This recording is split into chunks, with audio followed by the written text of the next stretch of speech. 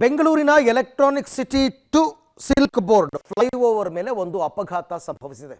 ಈ ಅಪಘಾತ ಓವರ್ಟೇಕ್ ಮಾಡೋದಕ್ಕೆ ಹೋಗಿ ತಡೆಗೋಡೆಗೆ ಡಿಕ್ಕಿ ಹೊಡೆದು ಆಗಿರತಕ್ಕಂಥ ಅಪಘಾತ.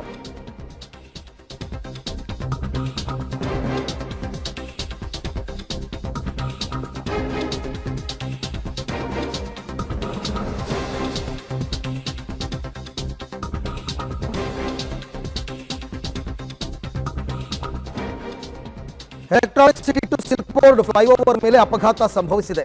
ಫ್ಲೈಓವರ್ ತಡೆಗೋಡೆಗೆ ಡಿಕ್ಕಿ ಹೊಡೆದಿದೆ ಬಲೆನೋ ಕಾರ್.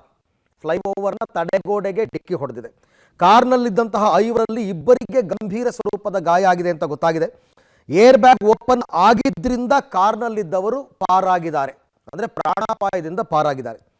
ಓವರ್ಟೇಕ್ ಮಾಡೋದಕ್ಕೆ ಹೋಗಿ ಈ ಅಪಘಾತ ಸಂಭವಿಸಿರುವ ಶಂಕೆ ವ್ಯಕ್ತವಾಗ್ತಾ ಇದೆ.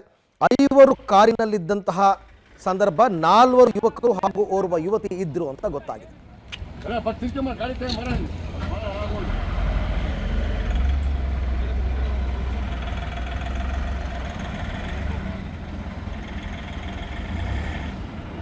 ಮೂರು ಜನನಾ? 3 ಜನಕ್ಕೆ ಏನಾದ್ರು ಆಯ್ತಾ?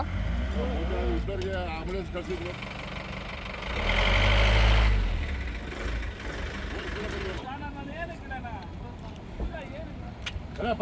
ಗಾಡಿ